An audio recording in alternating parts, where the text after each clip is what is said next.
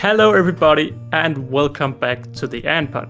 This is now episode 4 and today we are talking all leafcutters, from their care to their setups and how everything works in between. For all those who did hear episode 3, Wakooshi is currently designing a new series of leafcutter nests that will hopefully open the species up to a lot more people.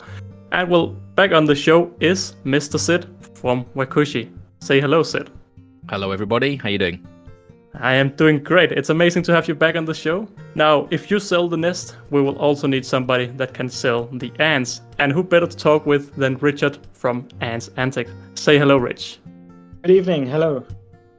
Good evening and hello to you. How are you doing, you two? Yeah, I'm doing really good. It's nice to be able to have a bit of a chat about these. I'm obviously working very closely with them with leaf cutters and stuff, so it's nice. I'm looking forward to a nice little chat, point out some tips and say what I've learned and stuff. So yeah, but I'm sure Rich is equally enthusiastic about it. Oh yes. And any excuse to talk ants, isn't it? Well, either way, it's amazing to have you both on the show. And as a creator who will hopefully soon get my own leafcutter colony, it will be really exciting to hear what you two have to say. Now, we introduced Sid from Wakooshi in the last episode, so let's not do that once again, because if you really want to hear everything about Wakooshi, you may as well hear the last episode. But Rich, how did Ant Antics start? So I started after an experience with another company when, I won't name names, but the queens didn't arrive exactly how I wanted. And I thought that I could do something a little bit better and that customers deserve to be treated specially. So Ant Antics was formed really based on that alone. I love the hobby and I wanted to give back to ant keepers something a little bit extra. And we are really happy to have you here in the hobby because your unboxings are legendary. I can't wait to get an unboxing for myself in the future. But this isn't your full-time job right now. You have a few other jobs. How does this all work together with Ant Antic? Well, short of having octopus arms, I find myself very busy. I dedicate like 3 days a week to Ant Antics, Monday, Tuesday, Wednesday, which I'm solely doing Ant Antics work. And then Thursday through Sunday, I'm in my other business. But the joy of my other business in the escape room is that I have a lot of time where I'm watching people play games and I'm sitting in an office doing it. So it gives me 4 days a week where I can do my feeds and I can keep on top of tube changes and everything like that. So I'm at the moment, because all of the Nigers from this year have got workers, I'm also taking ants home. But in a nutshell, in answer to your question, I am finding myself very busy, but it's not a bad thing. I now have staff who are almost trained and the world is about to get a lot easier. It sounds like quite a impressive week you are running with all of these. Well, I personally, my Nigers also just got workers, and it takes quite a while to feed all of my Nigers. Oh, no, it takes way longer than you could ever imagine. I'm doing them now, so if you hear noises, it's because I'm feeding stuff. You heard right here first. He's so busy that he can't even take out his time for the Ant Pod. But I mean, it is great to have you here. But like I said, we are talking leafcutters today, and you are soon one of the few shops here in Europe that will sell leafcutters. But you have actually had the leafcutters for quite some time. How does this all work? How many colonies do you have? When did you get them, and how big were they when you got them? So, geez, I got them whenever I put the first picture up on Instagram, whenever that was. All of these weeks are merging into one. And I got them as fresh queens. So I got them as queens with pellets. And boy, have I made some mistakes along the way. And what does fresh queen with pellet mean? So when a queen leaves the nest, when a leafcutter queen leaves their home nest, they take a tiny piece of fungus, a pellet, with them in a pellet pouch just under their chin. And then when they set up a new colony, they'll mate, they'll go down, pull off their wings, dig themselves a chamber, and then they'll use that pellet to create spores and grow a new fungus for themselves. The problem is that I didn't learn until it was too late, is that when they're in shipping and they're coming all the way from wherever they're coming from, those pellets tend to degrade and die. So you end up with a heap of queens and no fungus. And as such, the die-offs in shipping is catastrophic too. So yeah, I've learned a lot along the way, but I've got plenty of healthy colonies. I think I've got 49 or 50 colonies now.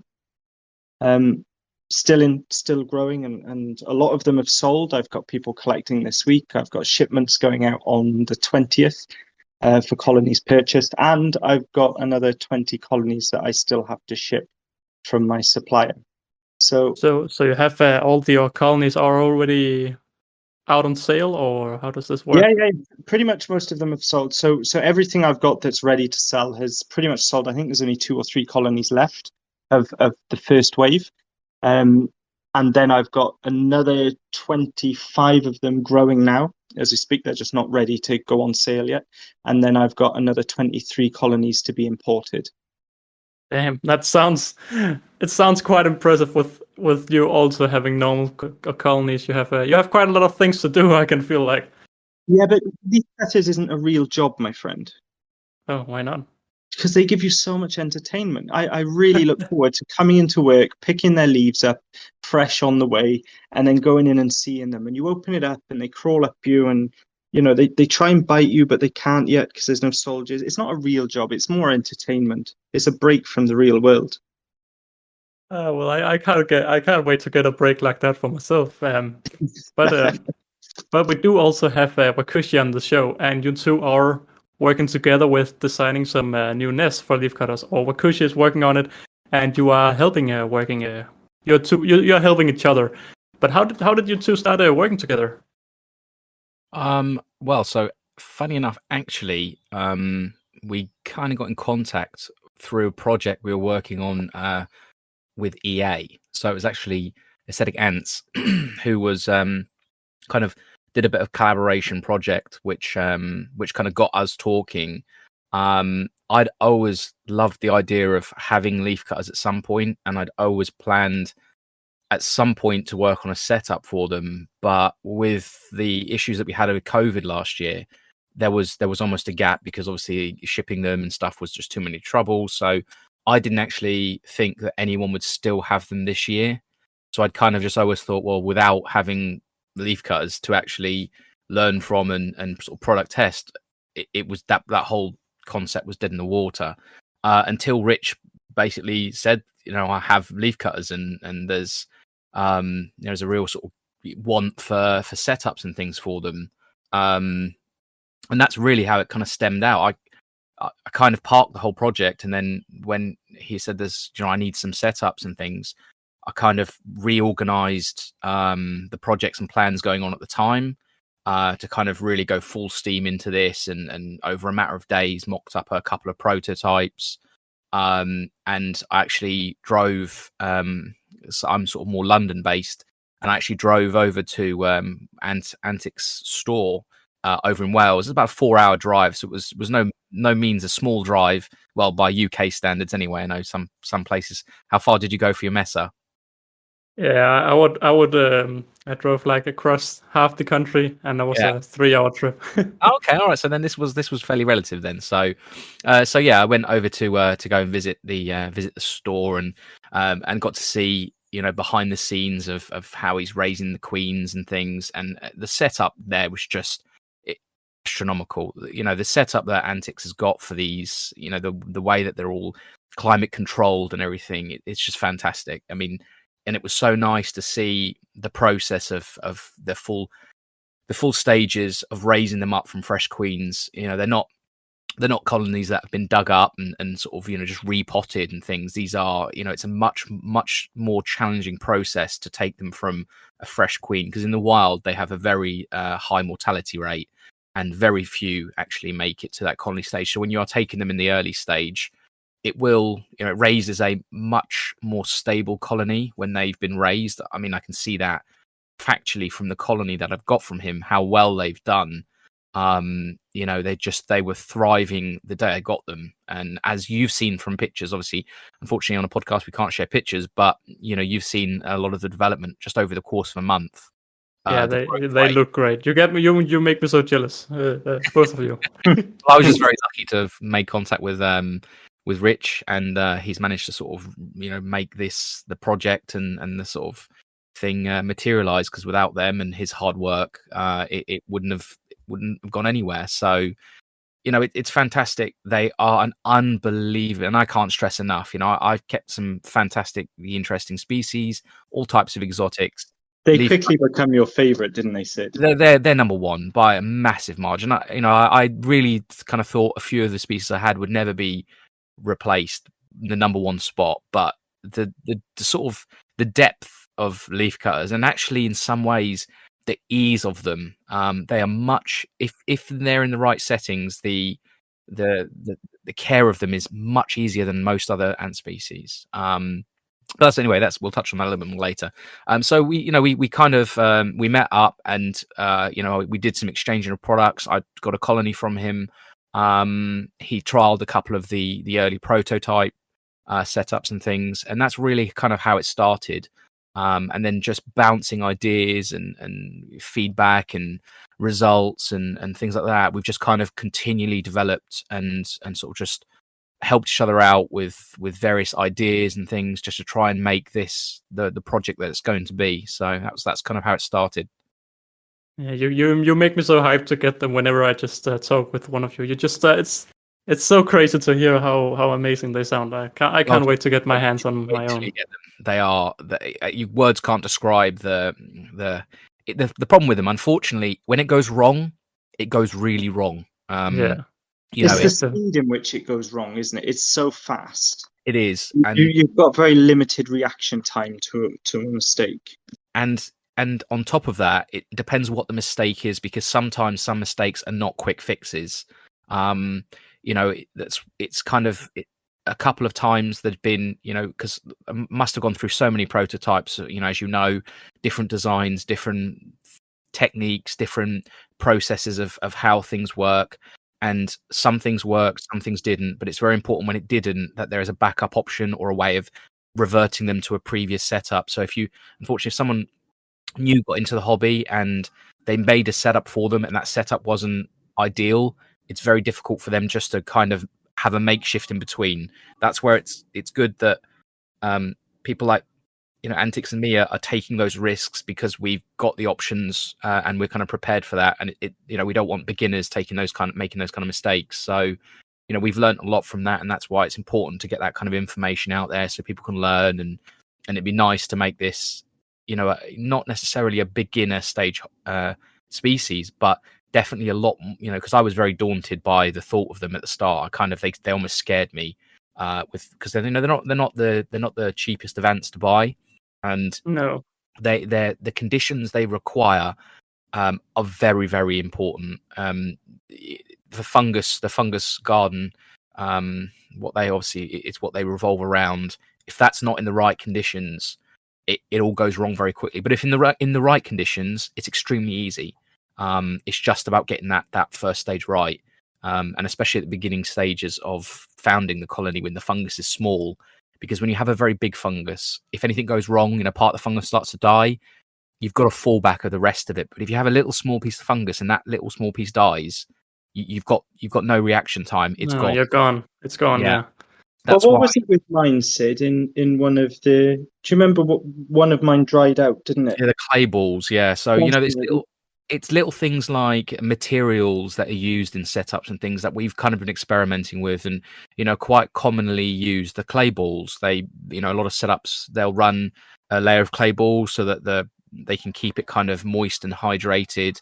Now you have to be very careful with that in setups, because if they are not insanely saturated, the clay balls will pull moisture out of the air, so they'll work in a reverse way, because they like to absorb. So if there's not almost a pool of water at the bottom that will oversaturate them to the point where they can't hold any more, that's when they can about work. But if they're not at that stage, like if they're on top of something, like we found out, what they do is they're pulling any of the moisture from above.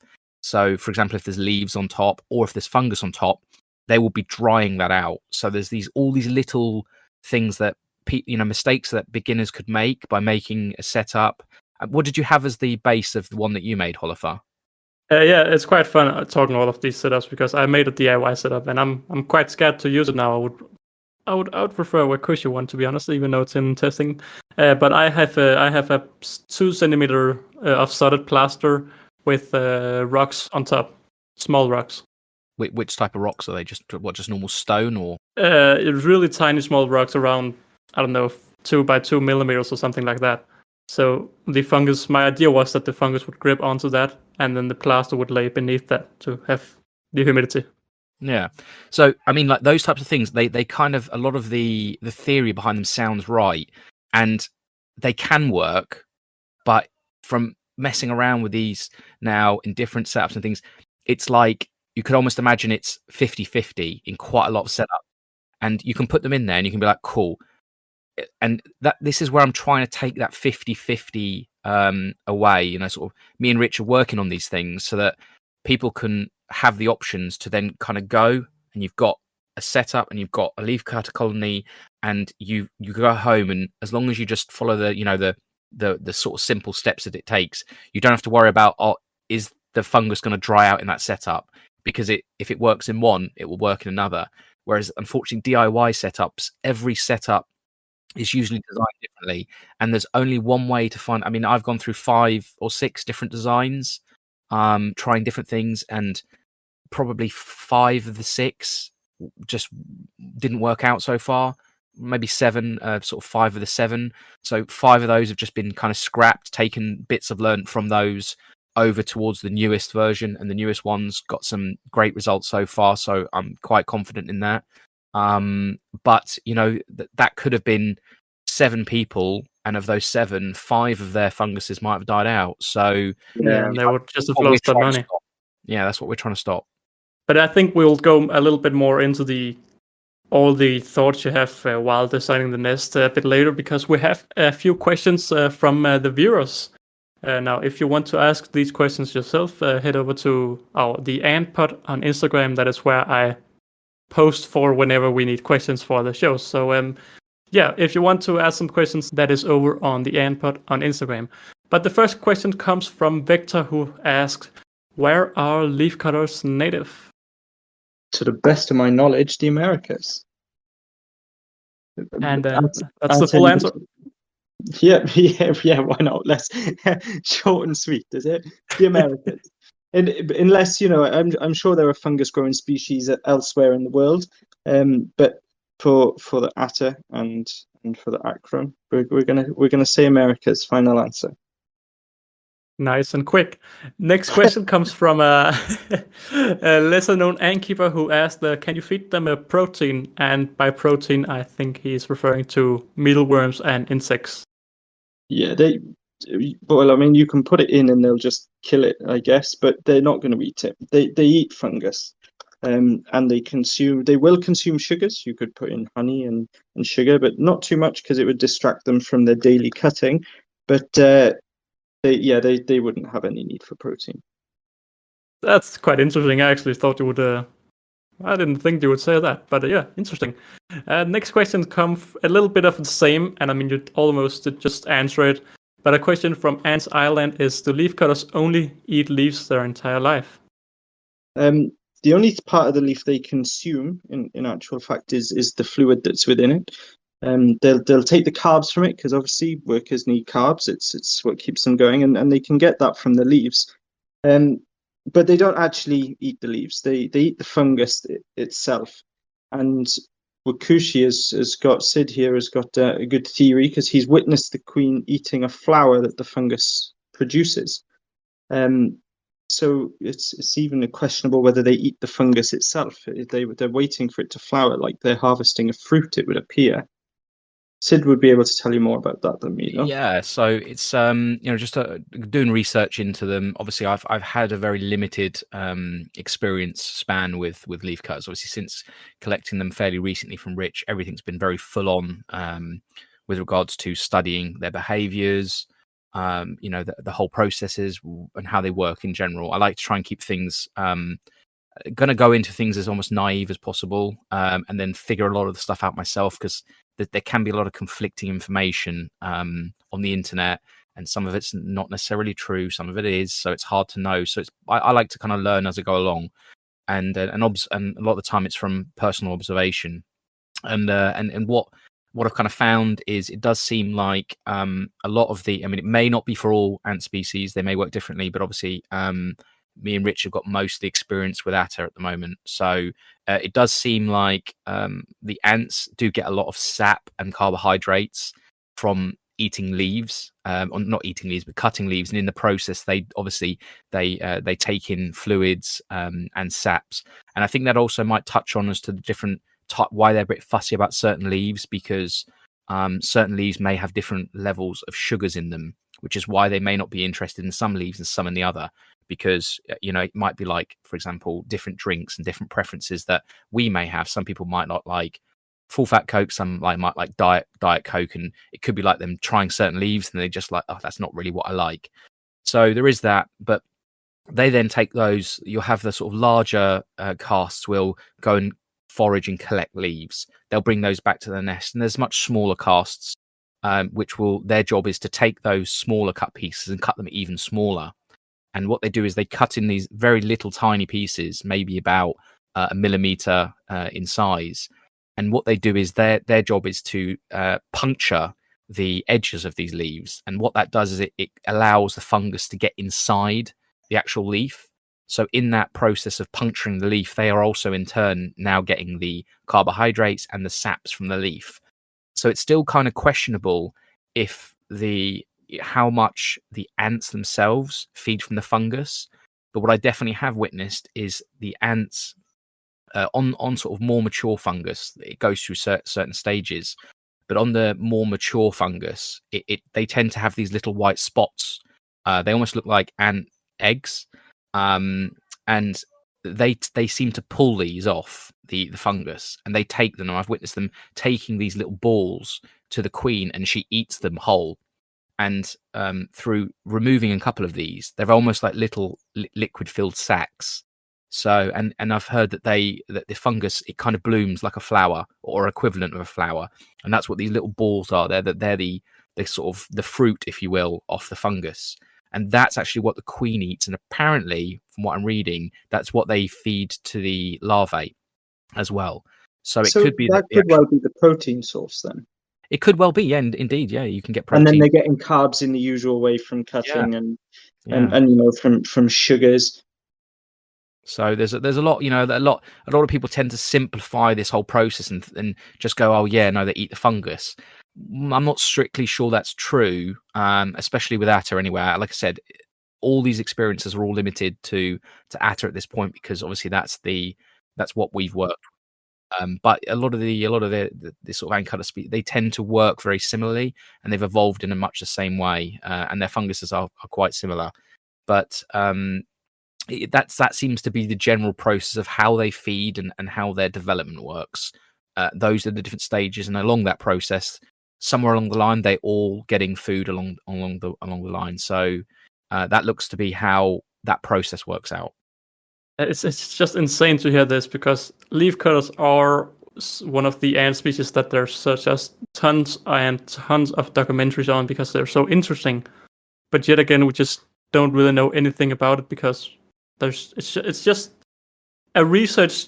It's a really researched species without really being researched at all. Like, you can get so many different stories on the internet, and just like this, I'm hearing this for the first time, and that's not what I've heard online. But yeah, it's insane. It is, and I think that a lot of it comes down to them being actually very complex. And I think a lot of it's not to really keep them. Do you realize how complex and deep they are? And most documentaries, they tend not to go that deep, because they want to seem. It can almost seem almost too overcomplicated. So I think most documentaries just like to take the surface of ant leaf cutters and explaining that they grow to tens of millions of workers, and they make their nests underground, and that they can make foraging lines for this far, and they carry things X amount of kilometers, and they'll strip whole tree. They tend to go on the headline facts about them. Most people are probably not interested to hear that they don't actually eat the fungus, they actually eat a small so those types of things probably people exactly or maybe that documentaries don't watch them long enough to maybe witness that. Maybe they may not an offended colony, a big colony. I mean, it could be that they're recording other species, and maybe they don't do the same thing that these atta are doing. But and the only reason I came across it is just because I happened to witness it that one time, and because I'd seen them kind of, like Rich has mentioned, he witnessed them taking some fungus to the queen and her munching around on it, and I witnessed a similar thing as well. And what I think was happening is the queen was trying to remove the fungus and actually get rid of the fungus and take the little ball, the It was fruit growing inside it. and whereas that can look like she's maybe eaten a fungus, and that's why maybe people have assumed that it's the fungus they're eating. But definitely they have these little spores, and that's what they've been picking off. Because after I saw that, I watched it quite in more detail, and then I started seeing it happen actually quite often, and they're almost bringing a continual supply to her.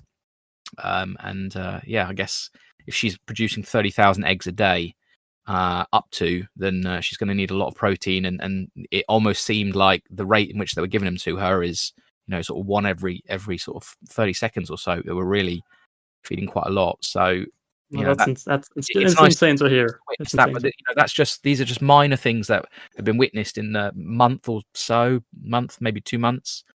Is that all it's been, Sid? It was start of August, wasn't it? So it was only been about a month and a half. Yeah. Jeez, I feel like I've aged so much. It's all the stress of having leaf cutting. It is, isn't it? yeah. So that's stressful. I thought you said it was relaxing. It's stressful. Yeah, it is, but it's worry because I've got so many of them, and I spend all day. I've even got a camera in there with them, and I've got Wi-Fi things, so if I'm at home, I can access all the plugs and turn on aircon if it hasn't done it on its own. But I just worry all the time. I wish they were at home. I could just see them. So there's two. So Holifer, there's two types of worry with leafcutters. Founding stages are very, very, very difficult. So that's my worry. That's why exactly, and that's why Rich raises them to a certain stage. So he gets them to the golf ball stage, because when I got mine at golf ball stage, they were really, really, really hard. Yours were less than golf ball, though, Sid. They were a little bit. Credit. Yeah, they were a little bit less, but getting them to that golf ball stage even further than what I got them, because when I got them, they were a really nice, healthy stage, and I felt initially I was a bit daunted, but then it was a bit daunting. But then after a while of keeping them in a setup and witnessing how and then I realized actually they're quite robust. They've got they know what they're doing. They're not sensitive. They're actually a very, very calm type of ants in the smaller stages. They're not, the queen's relaxed. Everything's just very nice and chilled. You can open the top. You can feed them. They don't frantically run everywhere. So that was really, really easy. But getting them up to that stage, you can, as with most founding ants, obviously that's the risky stage. When the workers are there, when the fungus is bigger, you can sit back and relax a lot more. But then you have the second stage of stress, and that's when setups go wrong. And that's where I've witnessed that in the last week or so, where I made a little pod that worked brilliantly, and it just took them through the sort of early stages up to sort of maybe orange size fungus, and that worked. But then they outgrew that setup, and then I moved them into another prototype, and then things just went very badly. Now it could be down to extra airflow, it could be down to more space. Obviously these are all things that I'm looking at, and we're bouncing ideas back and forth about what can be different causes, trying to eliminate different variables. So it's just made some good progress. Yeah, I mean, in considering it's been 6 weeks, and probably the project didn't start. We started maybe 2 weeks before that, where we got the first sort of prototypes made. And it's not just one version that's being worked on. It's a couple of different versions, so that there's for different budgets, there's more of a basic setup, a slightly more classic. There's more pro version, so there's more going on. It's not just going to be the one setup. There will be quite a lot. But there's a lot of stress in that, because luckily I'm in a lucky position where I've got a few backups and I know what's worked, so I can always go back step if something goes wrong. But having just the one colony, it does make that very stressful in itself. But if you take those two factors out of it, the founding stage, which Antics takes care of, and then as long as the setups are, they work for one, they should work for all. It's just getting the settings, the right level of humidity, hydration, because unfortunately there's I've noticed as well, they need very, very, very, very high levels of humidity in that main pod, where most meter readings will show you 99% because that's what they go up to. But there's more than 99%. The pod needs to have an incredibly high humidity, where if the meter readings go into 98, then you're definitely way too low. So levels of hydration is critical. I've found that out recently. It's insane to listen to all of this, and I'm wondering a bit, since you have had the colony or your colonies for 6 weeks, and Rich has had them for quite a while longer. What's the best leaves to feed them, from as far as you have researched? Dandelion leaves. That's what mine love the most, but Sid's like something different.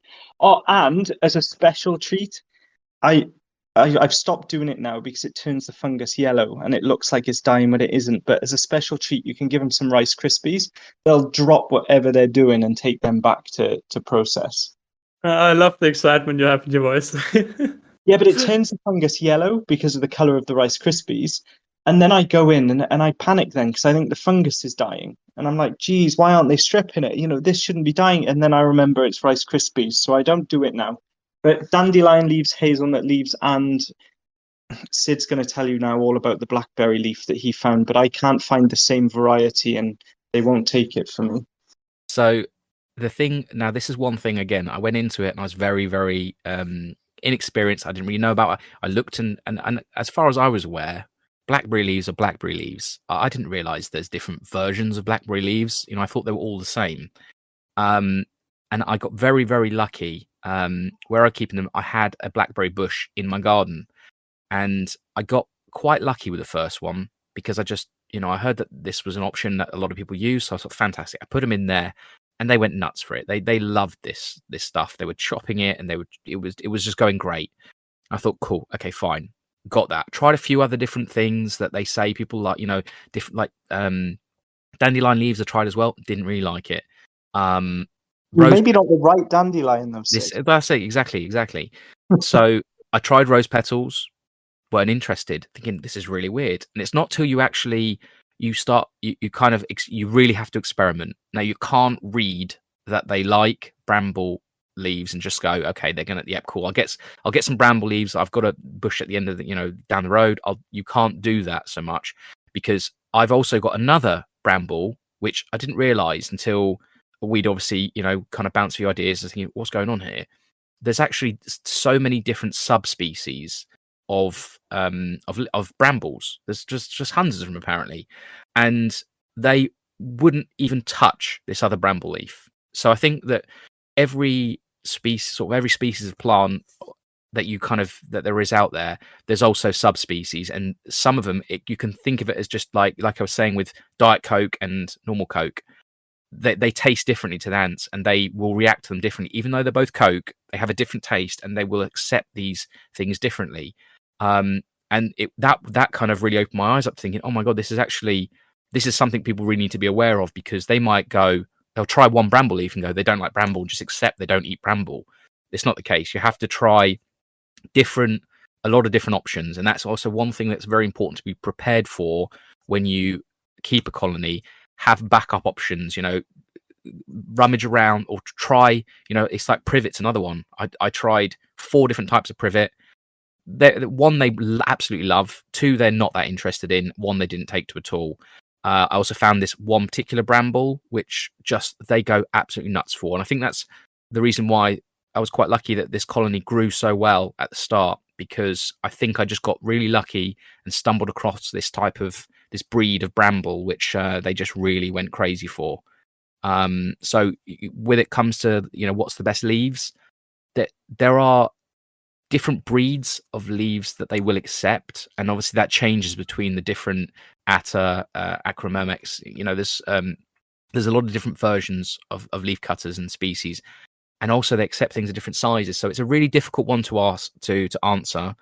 But there's a lot of information out there on the internet for you know, if you just search the species and go, what leaves do they accept in your, you know, obviously in your part of the world, they will give you a bit more of a basic idea of what to take. But, you know, things like there's oats, there's some very quirky roundabout options. Some people give them dried options like dried rose petals. The only one thing I will say with that, They stain.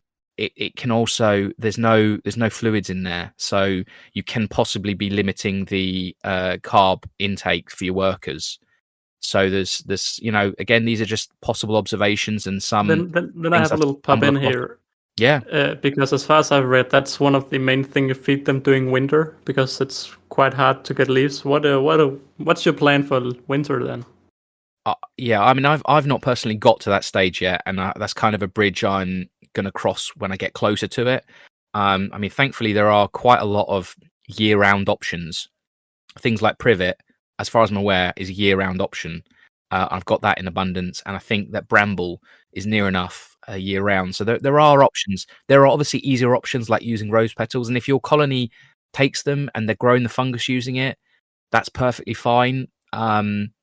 It's just it's one of those things where from the observation I've got, it looks to me like they do take a lot of the carbs and the fluids from cutting. So by using the dried option, you may be making the fungus grow, and that's perfectly fine. You may notice that possibly you may get a few more worker die-offs than normal, and that could be as a result of that. Again, these are all things that we'll need to cross. And I have an observation with rose petals, guys, because I've been feeding some rose petals, and I noticed that it pulls humidity from the pots. So within sort of 12 hours, they do moisten up. But I don't know whether it's just Mexicana. Well, it must be just Mexicana, and maybe not even everybody's has the same problem. But what I'm finding is that as they pull the humidity, they soften up and they smell sweet, they smell lovely, but they're too floppy. And my colonies seem to like nice, big, juicy but crispy leaves. Something they can sink their mandibles into and get a good cut with plenty of fluid in there. And I think that's why rose petals are a problem for me. Same with oats. They will not take oats at all, because once they soak up the humidity, they're just too soft. On touching on that, I kind of stumbled across some information that says that they like to use. So one of the reasons why they cut these perfect circles is because they anchor themselves with their back leg on an edge, and then they sort of use themselves almost like a guide. So the length of their So that's body. why they need a crunchy leaf then. So that can also be why they may favour those crunchy, because it gives them that good level of anchorage where they can hold the back leg, hold the edge of the leaf, and then start. Because that the reason they do that is because that way they can ensure they cut a piece that's exactly large enough for them to handle. So because if they cut to the maximum size. Yeah, if they're a smaller worker, the legs will be shorter, and the piece they'll cut in that circular motion will be smaller. So it's a way to ensure that you don't get lazy ants just cutting off a small piece and taking it back. That nature's made it so that it's a guide that will ensure that they are working at their maximum efficiency. So these leaves are obviously being fed to the fungus. And a question from 5G15 Isaac asks, do they depend on the fungi, or are there alternatives? There is no alternative to the fungus. If the fungus dies, you have no colony. It's symbiotic with the colony itself. I mean, every part of the colony, if any part fails, everything fails. If you don't have the workers bringing the leaves, you don't have the fungus growing from the leaves. You don't have the food then, which possibly feeds the brood and the queen. So yeah, the fungus is the heart. Yeah. And one thing to note actually with leaf cutters as general, and we've touched on this so much about the plants and what they like and what they don't like. And I think keeping leaf cutters, you're not so much an ant keeper. It's all about the horticulture. You're keeping a fungus alive, and you're providing that fungus with the exact conditions it needs to stay moldy, to stay as a fungus. And the ants are just a tool to cut and take and process the leaves themselves and keep it alive. But really, it's all about horticulture, because who knows that there's 27 different types of bramble in the UK? And it's something you learn when you have leaf cutters, finding their favorites and where can you find particular plants and what can you grow. And it's all about the horticulture of keeping this species, I think. Even the parts of the plants that you take. Yeah, even the parts. Yeah, Yeah. even which bits they're going to Cer- favour over others. certain juicy leaves can be more favoured over some of the the more The non-juicy. succulent ones. Yeah, so there's so much, and there's so much. This is information that I've not managed to find anywhere else.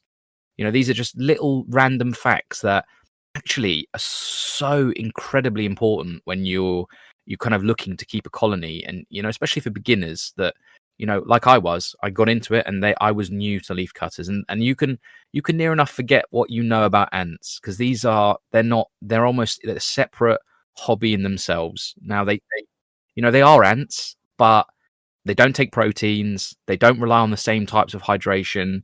There's the way their setups work, the way they feed, the way they farm, the way everything about them is near enough completely different from your classic They're ant keeping. aliens for everything. Yeah. So it's totally new. So you have to almost, even if you're an experienced ant keeper, going into you're a beginner leaf cutter. Yeah, you have to have a totally other mindset. Yeah, you gotta stop thinking like you think with your normal ants, and you've got to go back to the basic. You've got to learn everything from scratch in a way. And like I said, I don't want to make these sound like they're a difficult species to keep. I was just going to comment this. I was like, I'm scared we're going to put people off. No. It's exactly the opposite. It's just about, if you follow the simple steps and you don't do the don'ts, you'll be okay, and it's perfectly fine. Because honestly, I've got them here. I'm looking in front of them now, and it's just it's mesmerizing, because that fungus, it grows into almost like a piece of art, and it's fascinating. And you can witness things in a whole other different way than you can, because of the visibility and the way that their sort of fungus is all, it's not tied in a nest under a red cover. You can witness everything. That's fantastic. Sid, you know the real test, don't you? Go on. If you could only keep one colony, would it be those atta? It's hard not having the others, but they are a fantastic species. I'm not gonna lie. I'm a big fan of the Trachomyrmex, the smaller, compact ones. But at the same time, I think that when they get going and they're collecting from pods all around the place, and I can see them going through tubes, and I think that more like those kind of zooish type setups, I think that's when they're going to really shine, and it'll become a lot more interesting. But I mean, obviously, again, I don't want to make it sound difficult. There's a lot of things that you can do wrong in this compared to other ant keeping. But as long as people are aware of it and they know, they're very simple steps, very simple things to be cautious of. But interrupting you here a little bit, we have this you shouldn't do, and personally what I have read online is heat is a big problem, and we have Harry and Marvin asking what's the best way to heat them and what temperature do they need. And that's really important for leaf cutters, because it's very easy to go into this don't overheat them category. Can you explain a little bit about that? So 24.5 degrees. What's yours at, Sid? Mine's at 24.5, the whole room, and I wouldn't change it. The sweet spot's 24.5. Now, but with a cycle. This is where, again, through some observation, I've noticed that fluctuating temperatures actually can possibly be beneficial. I don't know this yet, because this is just on some of the early research, but I've noticed that at cooler climates they tend to do more cutting, and then at warmer climates they tend to do more of the chopping up and actually applying the chopped leaves to the fungus. So I think they have certain night and day cycles as to what jobs they do and things. It could be that they go out at night time and forage leaves because it's safer and there's less predators out in the wild. Whereas during the day, or maybe it's just down to heat outside. So I think that there could be a benefit in having swinging temperatures. Well, since we've done this, Sid, since we've noticed this, I've put a day and night cycle in where I'm growing them. And it's a 2-degree variation between day and night. And that includes lights. I've got smart lights in there to come on in the day and off at night. And fungus growth has increased. So that could, it could, I mean, it would make sense because it's like that in the wild. Because you always kept yours at a set temperature. 24.5 they were for months. And the the fungus growth has increased since I've been doing a 2-degree day and night cycle.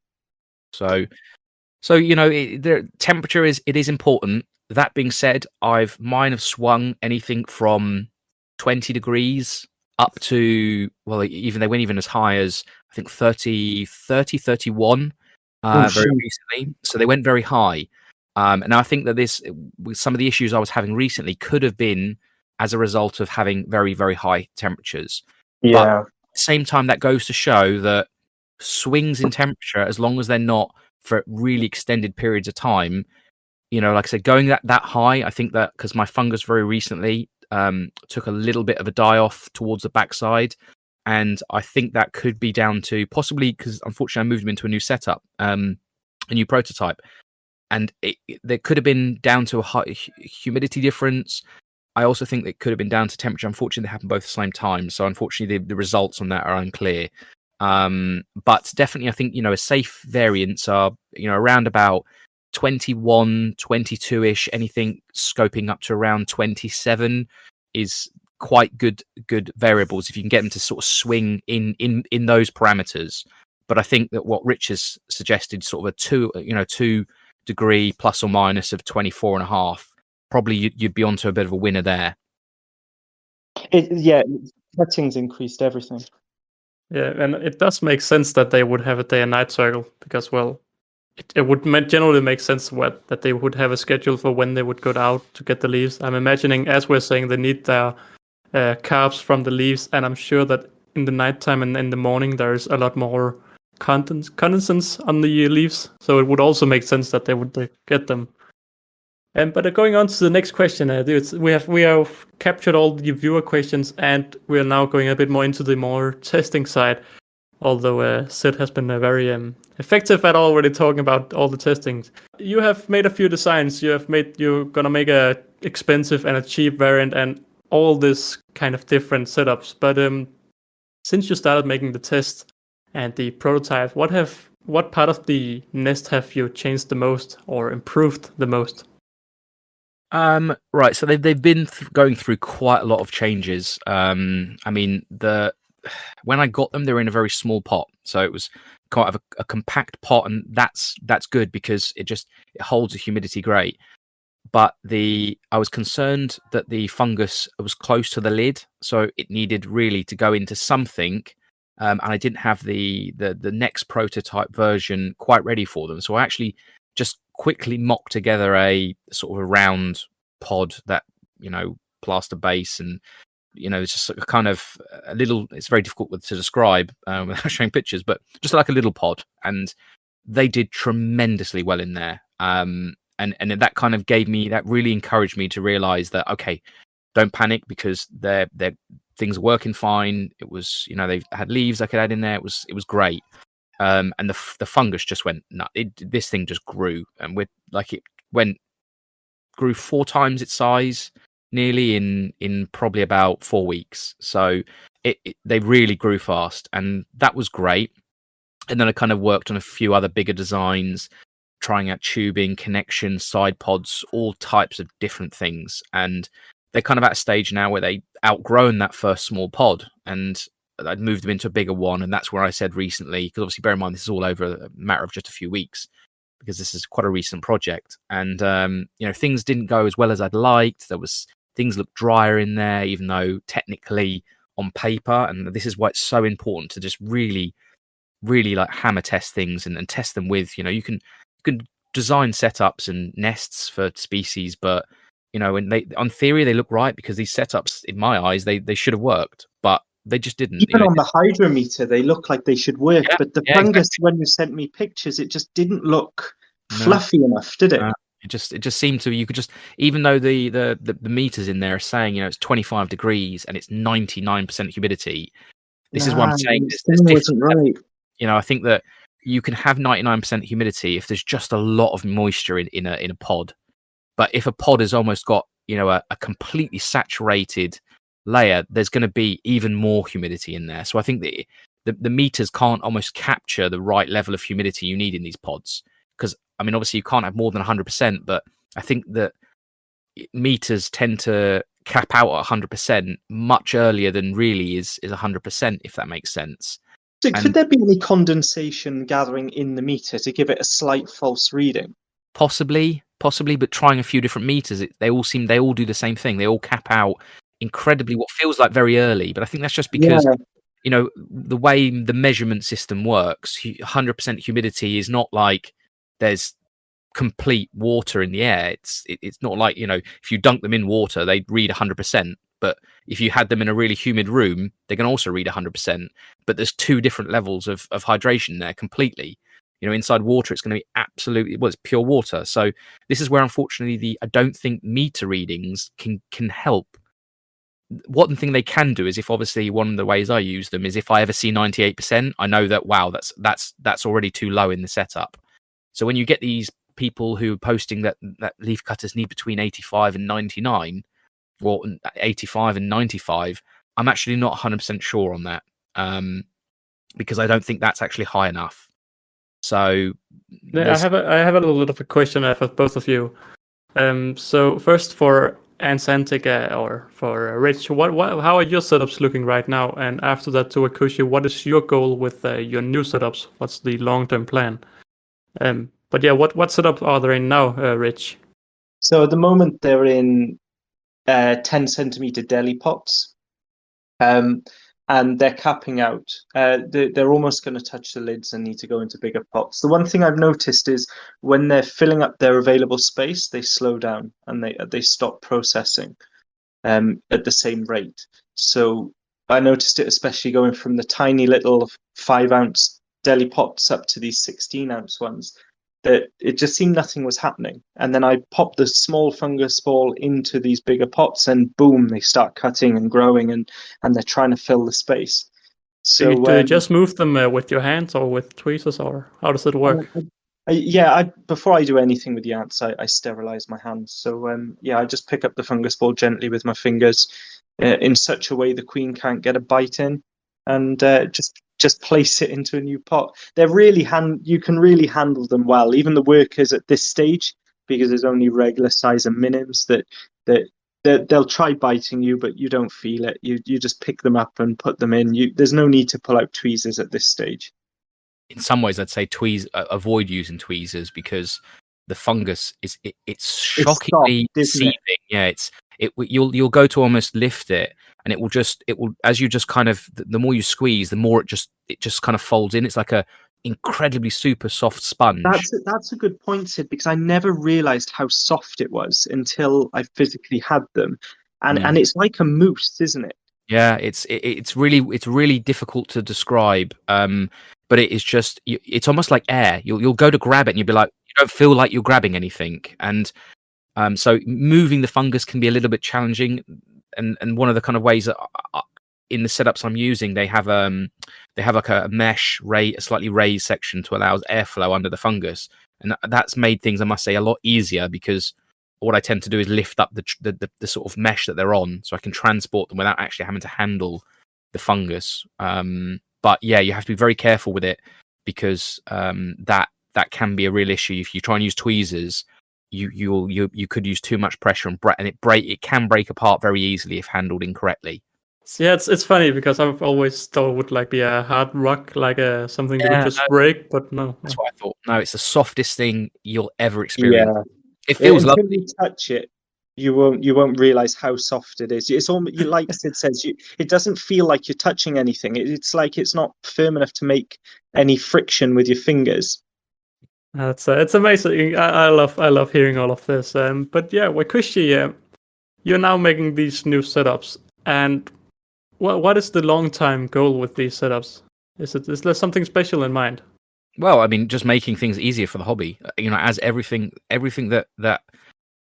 that's worked on is just to make ant keeping easier, make it more successful, make it just, because like I've always said, this is a fantastic hobby. I'd love for it to get to the stage where it's as popular and as well known as tarantulas and snakes and reptiles and praying mantis and all this stuff. They're booming hobbies, and they're really, really popular. And for boys, girls, just everyone just loves those types of things. It'd be nice to get, because it's almost got a little bit of a kind of nerdy reputation as to, you collect ants. It's kind of a bit odd. Which, but if you say you collect snakes or tarantulas, people are a bit like, oh, okay, right. That's a well known. A lot of people do that, so it's fair enough. But when you say ants, you get almost a bit of a different reaction, and that's where it'd be nice to change that, where it becomes so popular that people are, oh, okay, cool. Yeah, I heard a lot of people are doing that now. It's quite a popular hobby. And but to get to that stage, people just need to have the information. They need to have easy options, go-to options, expansion options, and again with leaf cutters, after keeping them, like with all the ants that I keep, it's just about coming across the problems, finding the solutions, and then just solving those problems as the colony grows. Because if I'm having this problem, whoever else keeps leaf cutters are going to also come across this same issue when they get to a certain stage, and they need, so really it's just about developing a range of housing for leaf cutters, so that, like DIY options are great. And if people are like super experienced and got the information, then fantastic. That, you can't really, it's a lot of fun doing that stuff. But the whole point of what I'm trying to do is just make an option where if people don't want to do any DIY, they want to go, do you know what? I'd love to have one of those in my living room. That, they look fantastic. This is a setup. This setup works. I know it works. I've seen it work. And then that headache and that stress is just taken away from them. So they've got somewhere where they can get the ants. They've got somewhere they can get the setups. And in all likelihood, the place, because this may be something that possibly just retails through Ant Antics. So there may be the option of they can get both of the items at exactly the same time they collect, which would be nice. Because obviously, and I think going towards that, we're ending. We're getting close to the end of the podcast. I have one last question, for both of you.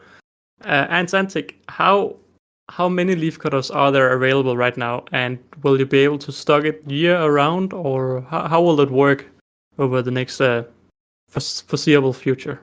It's hard to say. Right now, available for sale, I think there's 2 or 3 left out of wave 1. Wave 2 is going to be considerably longer, maybe another 8 or 9 weeks before I have wave 2 ready. And then the third wave is the ones that are on their way next Monday that haven't been shipped yet. Again, it's going to be 8 or 9 weeks, but I'm just going to keep growing these colonies. It's really hard to say how many people in this niche market are going to want them or invest in them. But I think it's all hanging in the balance on the setup, making this an easy thing. From even down to how I've done the care guide on this species, I've tried to make it in such a way that we take away some of the "you do this, you're dying" sort of thing, and make it easy to understand and less daunting. So I think it all hangs in the balance of this setup. And when Sid, and it's wonderful what he's doing, but once that's a viable option, I think we'll see an increase in sales. And a perfect lead over to Sid, because my last question for you is, what is your timeline on these setups? Just a rough estimate. I mean, it's difficult because it really just depends how testing gets on. With the last setup that they went into, I had a lot of confidence in the theory design of it, and it just didn't work out. That happens. 80% of prototypes fail, or they just don't yield the results that I think they should. And if that's the case, then that project will be scrapped, and a new design will be made. I'll take what's learned from that and move them across, so that tends to be every prototype that's made will take the best of the failed previous one, and then I'll fix what I found ended up not being working. So it kind of, they just evolve over time just to get better and better and better, and like all the products, they evolve over time. So there may be certain changes made later which will make that even better, but it all relies on feedback, testing. I'm getting to a stage, we're probably at the stage now where the initial results from the most recent setup are very promising. It's taught a lot about the size of the setups, where I think that you have to almost grow with the colony. You cannot put them in they're like other ants, you can't put them in too big a setup. That seems to be the case with leaf cutters from the observation so far. It's still very early. I think that like I said, I don't want to put a time frame, but we're working on things as quickly as possible. But I'm hoping that this year it should be ready. Failing that, I think definitely we'll be ready for next season. But it can be earlier. Depends how the results work out. There is a few setups going out when they get to a certain stage, and I'm confident enough in them that they go out to various testers, and then they will test further, and then that's when you really learn a lot, and that will get it to the stage where it's retail ready. It's amazing to hear, and I can't wait to see how it will end up looking, because, well, your prototypes do look really different from one to another. But saying that, I think we have reached the end of the podcast. So is there any final words you want to share? Let's start with Rich. No, thanks for having me. It's been great to talk to you guys. And yeah, there's lots more to come. And Sid, I really hope this prototype works, because I get so many emails about setups and I have no faith to send people to anywhere else. I'm just holding out for us, to be honest. We're working on it, that's for sure. Yeah, and do you have any final words to say, Sid? No, just leaf cutter love. That's all. Yeah, there we are. There's your hashtag there, leaf cutter love. Yeah, hashtag leaf cutter love. No, it's fantastic. It's great being able to chat about these types of things. Obviously, if you need to get in contact with us to discuss things, obviously, Ant Antics. We're both on Discord. We're both, on all the socials, antantics.co.uk and wakooshi.com. So, yeah, if you need us, just reach out. If you want a bit more of a idea of time frames of things or how things are getting on, then we're happy to help. Or if you've got feedback, or if you kind of know anything, then let us know. It's great to work on this project, and we can't wait to get it ready for everyone. And with that being said, thank you both for joining the Ant Pod. It's been amazing having both of you on the show. And without having any complete future plans, I'm sure we will probably get both of you on the show in the future as well. And for all of those listening out there, next episode will hopefully be with Noah ants and Aussie ants, and where we will talk all Myrmecia. But thank you both for joining the Ant Pod. So just like in episode 3, we found this amazing way of ending the podcast with both of the guests saying goodbye in Ant Oliver style. So starting with Wakooshi and then Ant Antic, and then I will end it off by saying bye. Are we ready, guys? Ready. Perfect. Wakooshi. Bye. Ant Antic. Bye. And Oliver. Bye. I was nowhere near high enough. Yeah, Okay. he's so professional. Did I just ruin the end there?